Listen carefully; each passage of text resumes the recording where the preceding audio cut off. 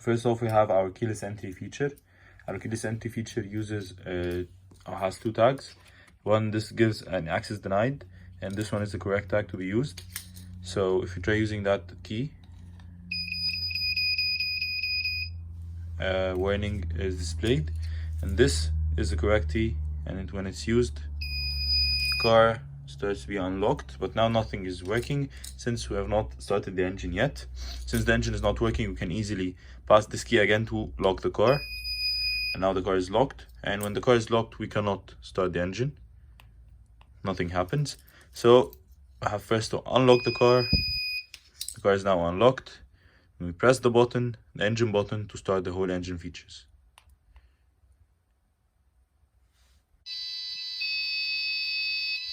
Now everything is working.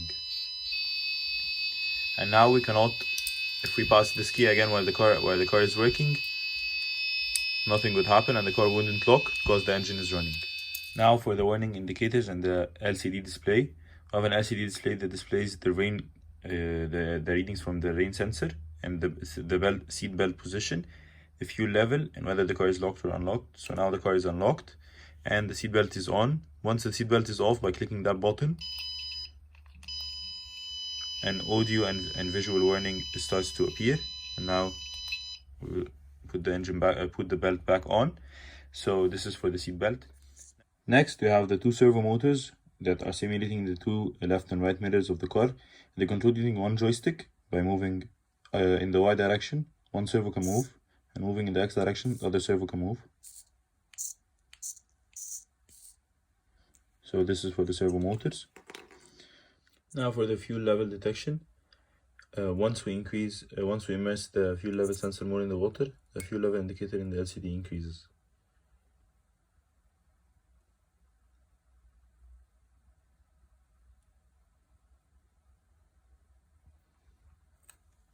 Now for the raindrop sensor.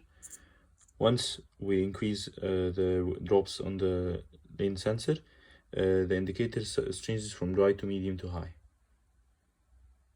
This is medium rain. This is high rain.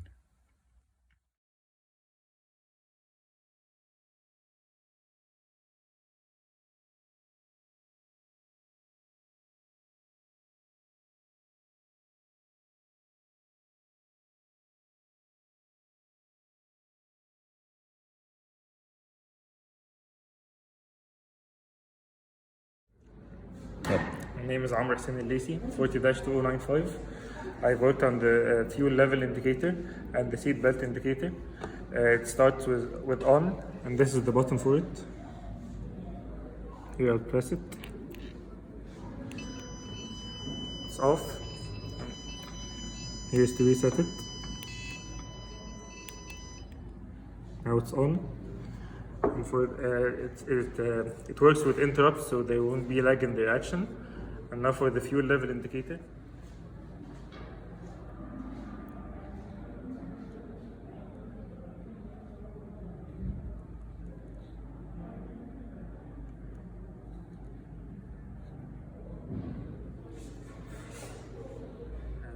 This is using a task that's always running, that as the sensor is pushed more in the water, there are more text on the LCD. So I'm Yusuf Khalid, 40-1964. I had two parts in this project. First of which is the servo motors, which are the mirrors of the car, which are controlled by this joystick right here. Each one of the servo motors is controlled differently, or each one is on its own. One of them works if I move the joystick in an X direction, and the other one is in the Y direction.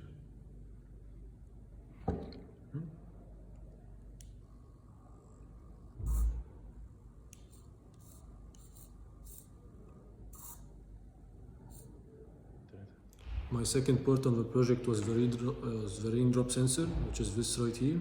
It shows the reading on the car right here, which is D now, which means dry, as there's no water added on it. There are two other levels, medium and high, and now we are going to see when it changes when we add water.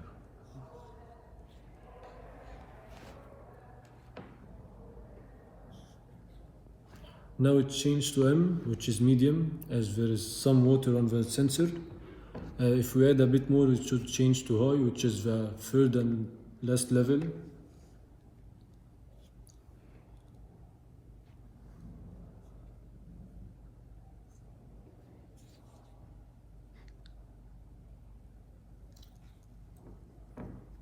As you can see, it changed to H, which is high, which is the last level on the raindrop sensor. I'm Nadine Amr. I'm responsible for the LCD display and the car motion. So the way the car motion works is that the front two wheels act as one motor and the backward two wheels act as one motor. They are provided voltage using the motor driver. So the way we operate the car is we give into the serial monitor 3 inputs. The F, we give an F for moving forwards, a B for moving backwards, and the space bar for stopping the car.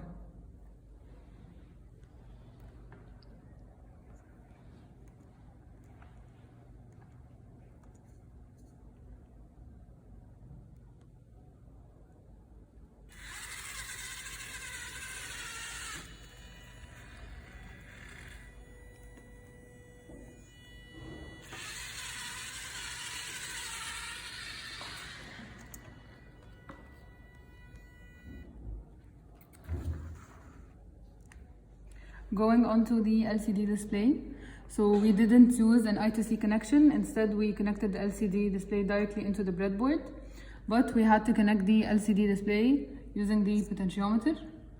So the way this operates is the LCD displays any changes that happens to the rain sensor, the belt being on or off, or the fuel level, as well as the unlocking and locking of the car.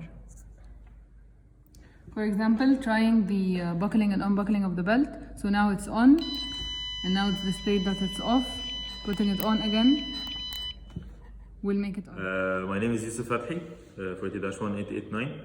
I was responsible for the keyless entry feature, including the car engine button, simulating the car engine button, and simulating the keyless entry using the RFID reader and writer. We connected the RFID reader and writer directly to the breadboard. It didn't use it's using SPI bus in order to work. We have 2 keys, one that unlocks the car and one that doesn't unlock the car, and it gives access denied messages and alarms if it was used. So now let's demonstrate. We will use the incorrect card first to try to unlock the car and see what happens. And it prints an access denied message in the serial monitor. However, when we try using the correct key, an unlock state is on the LCD and the car is now unlocked. Now, if you want to lock the car while the engine is not running, if you pass the correct key, it will lock the car, and the state on the LCD is now locked. And the car is locked. So now once the car is unlocked, it gives a certain semaphore to the task that is waiting on the engine button. And the engine button now is, once it's pressed, it gives the semaphore engine run to all the other tasks to start running, and the car starts working. Before pressing the engine button, nothing in the car is working. So now the car is locked, and in order to press the engine button, you have to unlock the car first using the correct ID. So now we unlock the car. The car is now unlocked, and we start the engine.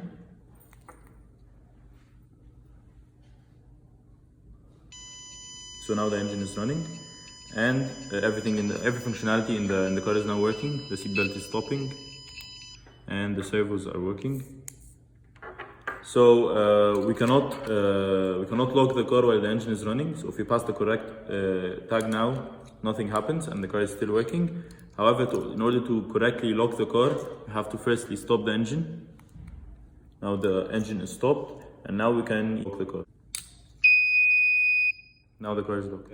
So now for the rain detection feature, we implemented the rain detection feature using 2 line follower sensors.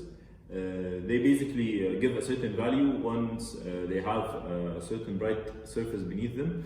As you can see here, the white surface is beneath the 2 sensors. Therefore, they are both giving a certain value. The car is now free to move since it's between the lane. And now we will start moving the car and see what happens once it reaches a black or a non-bright surface.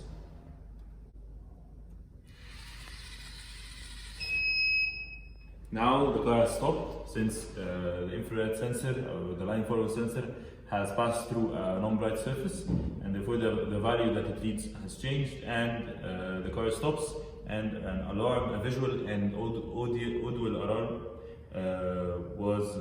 was made.